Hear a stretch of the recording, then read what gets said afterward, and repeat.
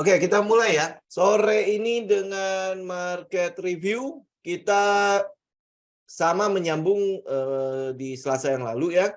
Jadi kita tetap nyambung dengan topik persiapan kita untuk window dressing ya. Jadi kalau teman-teman lihat di indeks harga saham gabungan ya, dia ada di situ kan, sedang berusaha untuk break.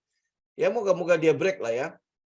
Kalau dia bisa break kotak itu mungkin ada peluang ya, seenggak-enggaknya market lebih bergairah.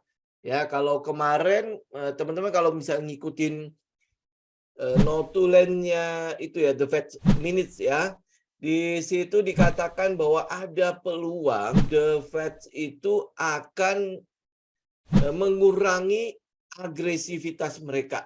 Jadi yang kalau kita lihat juga di FOMC untuk yang prediksinya, kita juga lihat ya untuk di tanggal 14 apa 15 Desember ya, 14 apa 15 Desember mendatang, ada peluang The Fed itu mengurangi agresivitasnya. Jadi yang biasanya 75 basis point, 75 basis point. Nah, sekarang berdasarkan itu ya, pooling yang ada itu sekitar 25 basis point tok.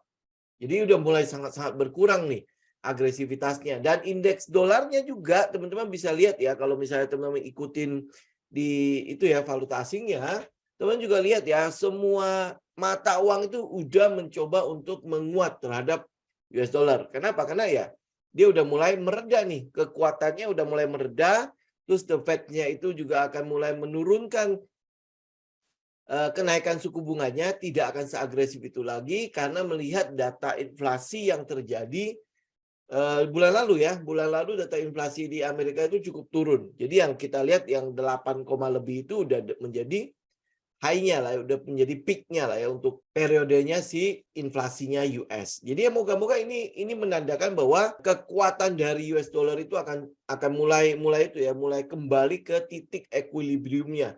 Jadi mulai kembali mencari titik keseimbangan barunya ya untuk US dollarnya. Nah, dengan US dollarnya yang mulai melemah ini, kita melihat ada peluang di mana harga-harga komoditas juga akan mulai ada potensi terjadi kenaikan. Jadi ya, terutama komoditas-komoditas yang dipairkan dengan US dollar. Jadi kayak misalnya gold ya, emas ya, atau perak, platinum, termasuk di dalamnya misalnya kayak minyak ya. Kalau minyak ini memang masih dikendalikan oleh produksi ya. Jadi masih dikendalikan oleh OPEC gitu ya. Terus ada nikel dan lain sebagainya. Itu ada peluang terjadi kenaikan di sana. Ada peluang loh ya. Di mana kalau agresivitasnya The Fed itu mulai berkurang, otomatis kekuatan dari US dollarnya juga diharapkan melemah ya. Ini yang kita lihat. Nah, dengan begitu harusnya ada kekuatan juga di rupiah untuk mengalami kenaikan. Ya, sekedar mungkin teman-teman ini hanya sekitar korelasi saja ya. Kalau rupiah berpotensi menguat, biasanya akan diikuti oleh indeks harga saham gabungan. Secara seasonal juga, indeks harga saham gabungan di bulan Desember juga rata-rata tampil maksimal dalam keadaan yang cukup bagus. Ya, ini kita harapkan adalah window dressing-nya akan mulai terjadi. Jadi dalam minggu ini, apalagi dalam minggu terakhir di November ini, data-data ekonomi yang ada itu hampir boleh nggak ada. Ya, jadi untuk minggu ini, untuk data ekonomi itu hampir boleh bilang tidak akan berpengaruh apapun pada indeks harga saham gabungan.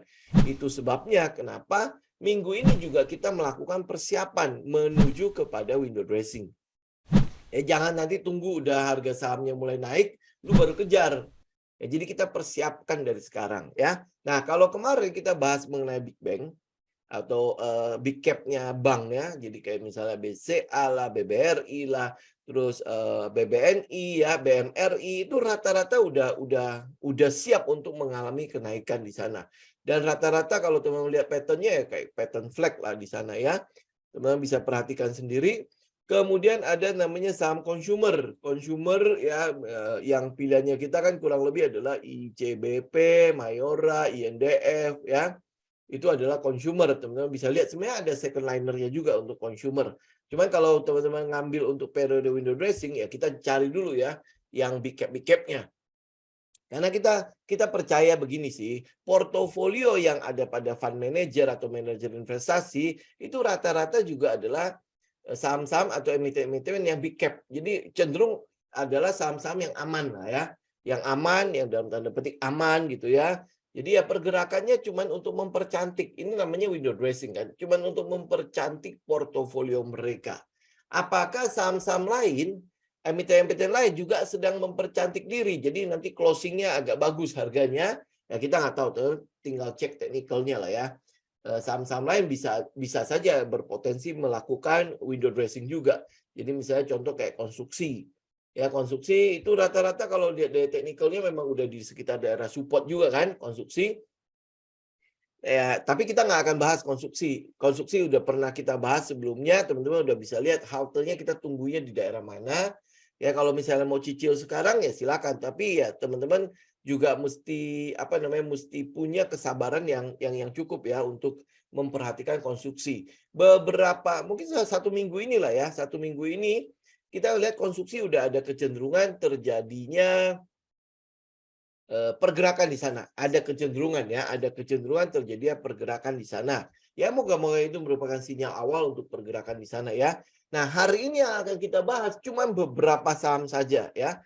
Saya akan berkonsentrasi pada Tekim INKP, kemudian Astra International, sama kalau misalnya ada waktu kita bahas mengenai Telkom ya, Telkom, Mayora maupun Astra ya. Kita lihat sama-sama. Yang pertama adalah Tekim dulu nih ya, Tekim. Saya akan membahas Tekim atau kita bahas INKP dulu deh. INKP ini kan induknya ya. Jadi kita bahas ibunya dulu, baru habis itu kita bahas ke anaknya. Ya kalau teman-teman lihat di chartnya si INKP buat teman-teman yang di ini ya di Instagram, teman-teman juga sekalian buka ya laptopnya teman buka, lihat trading view-nya, kita lihat sama-sama. Ini kita lihat di daily. Ya, kita lihat di daily bahwa apa yang terjadi pada INKP di situ dia sudah mengakhiri sideways-nya. Jadi sudah ada breakout di situ, ya. Kalau di tanggal ini ya, di tanggal September, di bulan September itu terjadi kayak false breakout gitu ya. Kayak false breakout. Kemudian kalau teman-teman lihat ini saya buang saja kotaknya. Kalau teman-teman lihat di sini ini namanya area yang disebut sebagai area likuiditas. Ya nih. Ini kayak dia bikin double top di sana di tanggal 12 September itu. Ya dan di break. Ya di break. Ini memberikan kepada kita sebuah sinyal changing of karakternya beneran sudah terjadi. Jadi pertama itu dia changing karakternya di kurang lebih di daerah sini ya. Bentar. Di sekitar 9.275. Nah, itu dia mengalami perubahan. Jadi situ terjadi breakout di sana ya. Jadi likuiditas atau ya orang sering bilang itu sebagai daerah supply tadinya itu berhasil di break sama dia. Dari pergerakan yang dari tanggal 19 Oktober sampai ke atas. Jadi ini sudah berhasil di break. Apa yang terjadi sekarang? Ini sedang mengalami pullback-nya. Pullback ya menuju ke ya pasti di situ ada haltenya ya. Teman bisa perhatikan halte-haltenya kita bisa ambil lah misalnya di di area sekitar 9.275. Ya itu mungkin teman-teman bisa tungguin di situ karena itu akan menjadi resisten yang berhasil di break ya berarti itu resisten yang menjadi support dari pergerakan selanjutnya. Jadi 9.275 ya ini yang sedang kita nantikan untuk si INKP-nya. Tapi yang pasti adalah INKP sudah berhasil break, sudah change of karakternya sudah terjadi dari yang tadinya sideways, dia udah mulai mengarah kepada pergerakan trend selanjutnya. Yang sekarang yang sedang dicari oleh si INKP itu adalah low-nya. Ya, low-nya. Jadi yang kita lihat adalah pertama ya di sekitar 9.275. Ya, itu mungkin yang akan kita tunggu lah. Ini halte-nya lah ya. Ya, oke. Ini untuk INKP. Nah, habis itu kita lihat ke anaknya. Kalau INKP kan sudah bergerak lumayan tinggi karena dia sudah break dari trading range ya kan. Dia sudah mengalami perubahan pada karakternya kan. Nah, sedangkan kalau teman-teman lihat dari dari Tekim, dia belum. Ya, kalau pergerakan untuk sideways-nya kelar itu di harga sekitar 9.025 atau 9.000 lah. Ya, jadi 9.000 itu menjadi area yang teman-teman juga mau perhatikan, dia kemungkinan besar akan break dari situ. Nah, apa yang sedang dilakukan, trend apa yang sedang terjadi pada minornya si Tekim? Itu sudah mulai terjadi yang namanya higher low. Ya, pergerakan ini minor ya. Pergerakan higher low. Jadi ini terus bergerak naik, ini udah turun ke bawah. Ya, ini yang halte ini sebenarnya udah nggak kepake ini. Karena itu udah dilewatin dan sudah berhasil ditutup itu daerah imbalance-nya di sana ya. Daerah kopong-kopongnya udah berhasil ditutup. Nah, yang kita harapkan, ini harapan kita loh ya. Karena dia sebenarnya udah dapat high-nya, udah ini yang di situ yang untuk minornya ya. Sebenarnya low-nya juga udah dapat. Ya, minor low-nya juga mereka udah dapat. Jadi ya sekarang ya tinggal moga-moga saja dia mau retest. Ya, dia mau retest tutupin gap di tanggal itu ya, di tanggal berapa ini? Tanggal 18 November. Jadi tutupin gap ada di daerah mana? Di sekitar harganya di sekitar ini gap ya, kalau dia mau tutup di 7.900. Tapi tentu ya ini mungkin ya harapan kita kalau misalnya dia bisa tutupin dulu ke arah situ ya bagus. Tapi kalau enggak ya lu itulah naikin dikit lah ya, naikin mungkin 1-2 tik ke atas.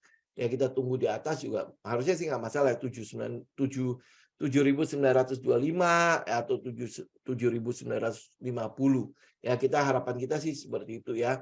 Jadi dia tutupin gap, jadi ini artinya dia naik, kemudian ini low-nya, kemudian dia sempat naik, ini sempat break ya. Walaupun itu masih shadow. Jadi ini gini, untuk ini ya, untuk breakout ini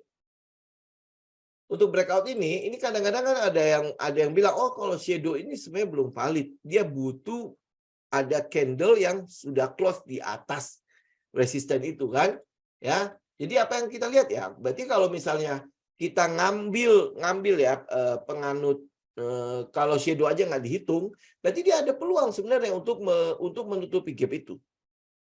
Ya, oke. Nah, ada satu teori lagi mengatakan bahwa dengan shadow aja cukup kok. Udah membentuk high yang baru, ya, sudah bisa confirm strukturnya sudah mulai break. Jadi udah membentuk titik high yang baru nih ceritanya. Ya. Nah, kalau teman-teman menganut teori yang satu ini, di mana kalau misalnya dia menggunakan shadow saja udah bisa menentukan high yang baru, maka ya ini kita cuma tinggal berharap saja semoga dia ke 7.900 tutupin gap baru mulai naik lagi. Ya, ini ya tinggal balik lagi ke apa ya namanya ya, ke ya risk management masing-masing, ke keberanian atau keagresifitan.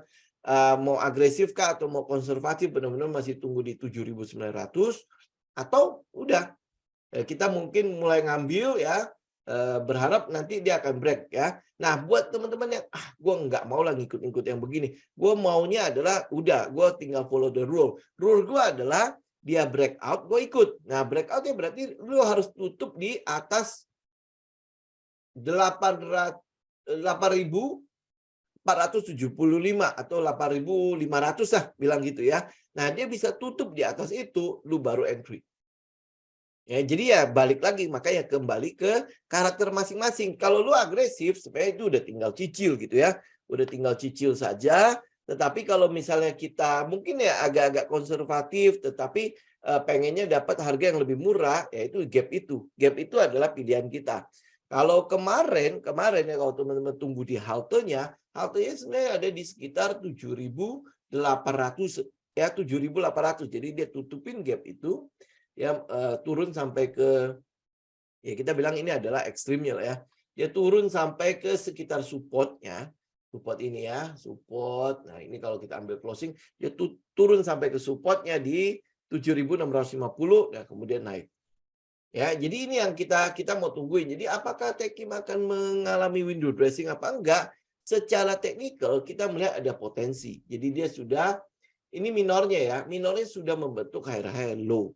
High low, kalau teman-teman lihat komet ya pasti teman-teman bisa ketemu komet di minor ya. Di minornya teman-teman akan ketemu komet. Nah, targetnya ya ini nggak usah jauh-jauh dulu, di 9.000 dulu dia bisa break apa enggak. Kalau dia bisa break 9.000, nah teman-teman tinggal ngambil keputusan lu mau ikutin trennya sampai patah, mungkin dia akan ikut ke January FX ya dan seterusnya gitu loh. Oke? Ya ini untuk Tekim. Nah, teman-teman bisa lihat ya antara Tekim dan INKP yang leading itu si INKP-nya. Benar kan? Yang leading itu adalah INKP-nya. Jadi kalau INKP sekarang sedang mengalami koreksi, itu wajar. Kenapa? Karena memang dia udah cukup tinggi dibandingkan dengan Tekim.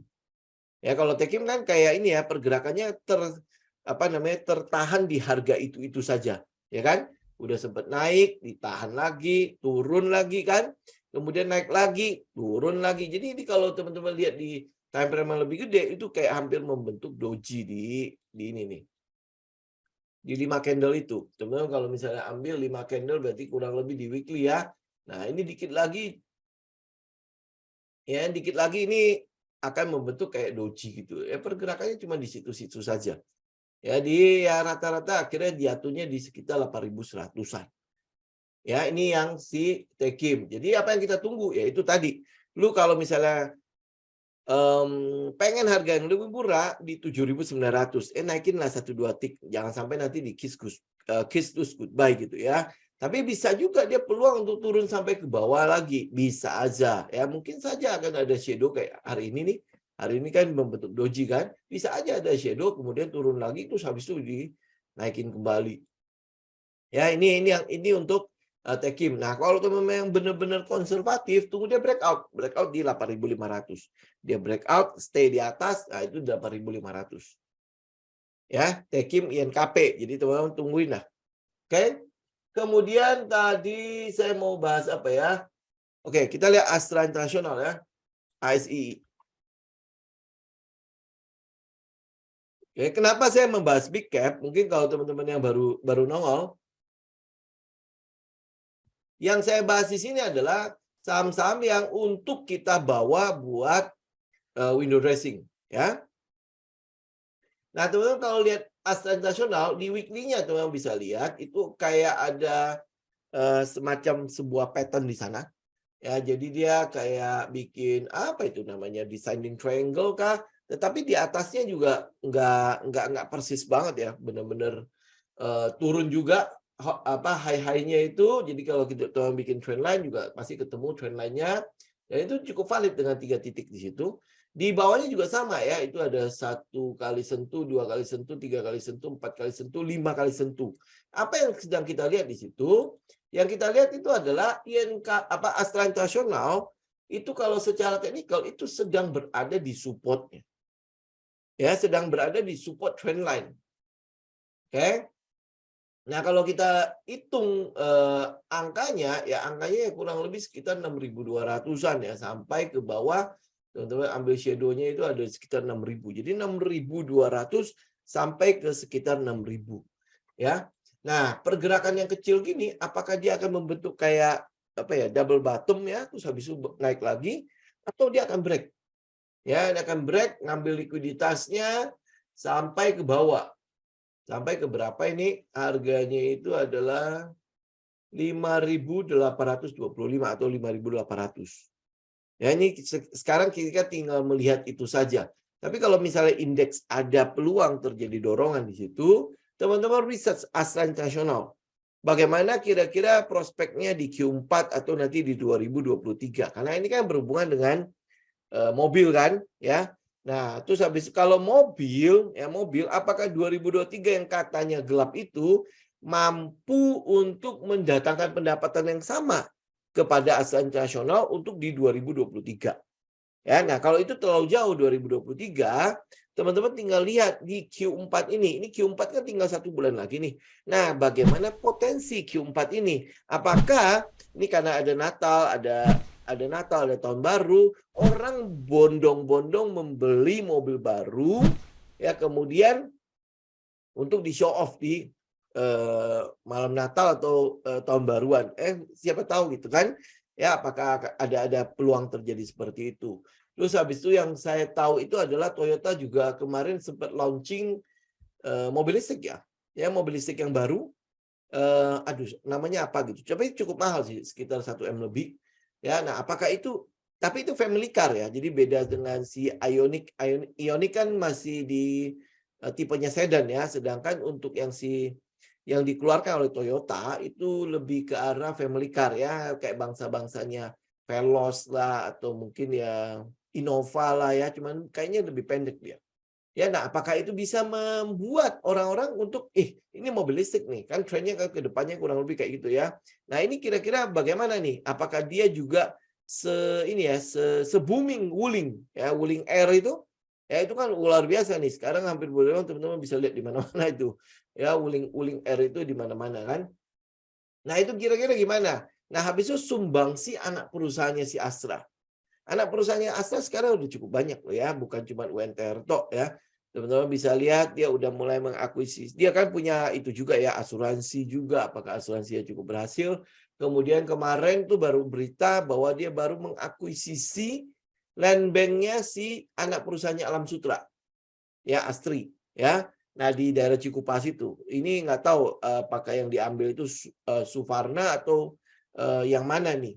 Ya, tapi yang pasti adalah dia punya proyek-proyek cukup banyak. Ya, belum lagi yang gagal. Yang gagal itu yang berarti yang startup ya. Startup itu berarti ya ada yang gagal lah ya. Startup kayak misalnya dia masuk ke mana ya, ke Goto ya, mungkin itu masih dianggap ya setengah gagal lah ya. Kita belum tahu kegagalannya ke depannya akan seperti apa. Apakah si Astra International juga akan melepas? Karena sebentar lagi, karena apa ya, beda sama Telkom yang sudah fix akan ada di Goto. Sedangkan Astra International sudah memberikan sinyal, dia belum tentu, ini sedang dievaluasi. Apakah dia akan keluar dari Goto atau tidak. Ya, karena kan periode lockingnya itu kan udah selesai tuh. Ya, udah bisa dilepas atau udah bisa, ya mereka udah bisa keluar gitu. Apakah mereka akan keluar? Nah, kalau mereka keluar, apakah itu akan terjadi yang namanya kerugian pada investasinya? Nah itu teman tinggal itu ya, tinggal teman-teman lihat. Kalau untuk teknikalnya kita melihat memang Astra International saat ini ada di dekat supportnya. Ya, di dekat support di sekitar 6.000 lah. Ya, di dekat-dekat support situ ya, di support trend line di 6.000 sampai ke 5.800. Ya, apakah nanti dia kayak bikin manuver gitu, turunin ke bawah, ngambil semua stop loss yang teman-teman mungkin berpikir bahwa di 5.800 itu habis itu dia akan mantul gitu ya. Ternyata dia turunkan lagi lebih ke bawah, baru habis itu dia naik. Ya bisa aja seperti itu, bisa saja karena itu kan manuver dari market kan banyak sekali ya. Teman-teman bisa perhatikan. Ya, nah kalau akhirnya ini ya kita udah ngeliat ada sebuah kejelasan pergerakannya. Nah, target untuk si Astra itu yang pertama itu ada di sekitar 7.300-an. Ya, atau ini target yang cukup optimis. Kalau teman-teman mungkin yang targetnya yang lebih moderat ya, ada di sekitar 6.700. Jadi teman-teman bisa ikutin dulu kalau dia berhasil balik ya.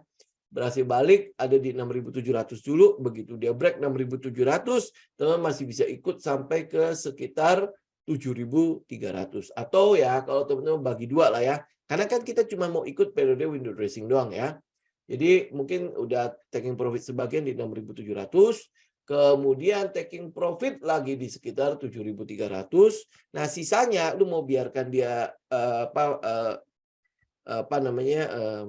let the profit run, ya itu silakan. Teman-teman berarti tinggal kita lihat nih Januari efek kira-kira nanti masih ada nggak untuk saham-saham yang kita ikutin ini. Ya, oke. Saya pikir ini dulu ya. Teman-teman sebenarnya ada yang cukup menarik di Antam juga. Kita bahas sedikit saja ya di Antam ya. Ada yang cukup menarik di Antam. Kalau teman-teman lihat Antam saat ini daily ya.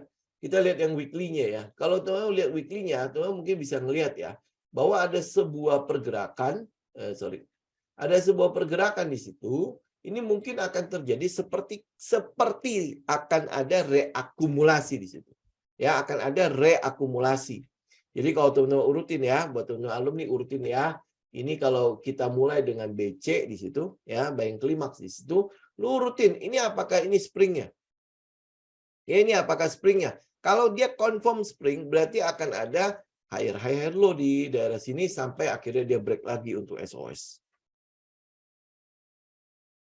Ya ini loh, ini daerah ini nih di 1.700 kan dia sempat break tuh, ya sempat break tuh, sempat ngambil orang-orang mungkin berpikir bahwa oh di sinilah dia akan mulai naik kembali ya kan di sekitar 1.700 ternyata dia break sampai ke bawah tuh, break sampai ke bawah. Nah pas dia break sampai ke bawah itu lumayan loh, itu 10%. Itu udah pasti orang-orang pasti panik. Ya ini kalau ini saya replay aja ya, kalau teman-teman lihat ya. Nih, kalau udah sampai ke sini, kan teman-teman pasti berpikir, wah inilah saatnya. Buy on weakness, ya buy on weakness punya Pak Peter tuh.